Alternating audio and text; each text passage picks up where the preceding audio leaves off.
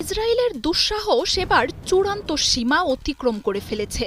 খোদ রাশিয়া, চীনের মতো দেশগুলোর কূটনীতিকদের লক্ষ্য করে গুলি চালিয়েছে নেতানিয়াহুর বাহিনী।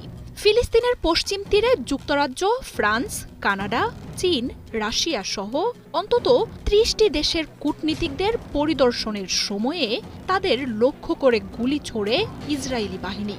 যদিও নেতানিয়াহুর দেশটির দাবি নির্ধারিত গন্তব্যের বাইরে বের হয়েছিলেন তারা, তাই সতর্কতামূলক গুলি ছোড়া হয়। তবে কূটনীতিকদের ওপর হামলার ঘটনায় ক্ষোভে ফেটে পড়ছে পশ্চিমা দেশগুলো। চারপাশে গুলির শব্দ। ফিলিস্তিনে এমন ঘটনা হলেও এবারের নিশানায় কিন্তু অঞ্চলটির বাসিন্দারা ছিলেন না। কড়া নিরাপত্তায় ফিলিস্তিন সফরে আসা ৩০টি দেশের কূটনীতিকদের গতিপথে হঠাৎ করেই শুরু হয় গোলাবর্ষণ। আর তাতে আতঙ্কিত হয়ে কূটনীতিকরা প্রাণ হাতে নিয়ে ছোটেন আশ্রয়ের খোঁজে। বুধবার ফিলিস্তিনের জেনিন শহরে পূর্ব নির্ধারিত এক পরিদর্শনে যান এসব কূটনীতিক। তার মধ্যে ছিলেন যুক্তরাজ্য, কানাডা, ফ্রান্স, রাশিয়া, চীন, ইউরোপীয় ইউনিয়নের মতো বিশ্ব শাসন করা দেশগুলোর নেতারা।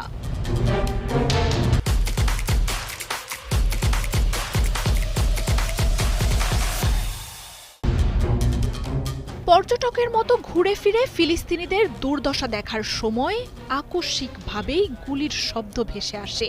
কূটনীতিকদের থেকে কিছুটা দূরে থাকা ইসরায়েলি সেনাদের এমন কর্মকাণ্ডে ভীত হয়ে পড়েন তারা। নিরাপদ আশ্রয়ের খোঁজে শুরু হয় ছোটাছুটি। শীতল রুমে বসে ফিলিস্তিনিদের বিরুদ্ধে ইসরায়েলকে সমর্থন দেয়া এসব প্রভাবশালী কূটনীতিক যেন এবার কিছুটা হলেও বুঝলেন সেখানকার জীবন কতটা অনিশ্চিত।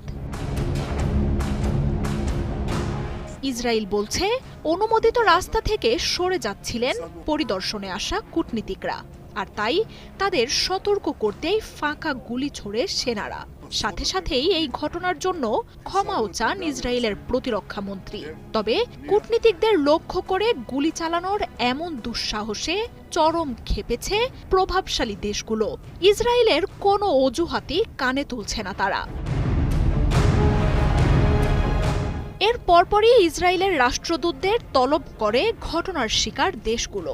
গাজায় নেতানিয়াহুর সরকারের নজিরবিহীন যুদ্ধে কয়েক দিন ধরেই ইসরায়েলের সাথে পশ্চিমা দেশগুলোর টানাপোড়েন চলছে। ইসরায়েলি বাহিনীর বর্বরতায় হতবাক যুক্তরাজ্য নেতানিয়াহুর সাথে বাণিজ্য চুক্তি স্থগিত করেছেন, দিয়েছেন নিষেধাজ্ঞার হুমকিও। চরম ক্ষিপ্ত স্পেন, ফ্রান্সের মতো দেশগুলো। আর চীনের সাথে ইসরায়েলের সম্পর্ক তো আগে থেকেই তিক্ত।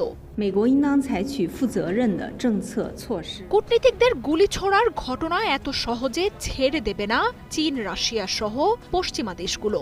ইসরায়েলি বাহিনীর ঊর্ধ্বতন কর্মকর্তারা এসব ঘটনার শিকার কূটনীতিকদের সাথে কথা বলতে চাইলেও সাড়া মিলছে না। ইসরায়েলের বিরুদ্ধে তদন্তের দাবি জোরালো হচ্ছে।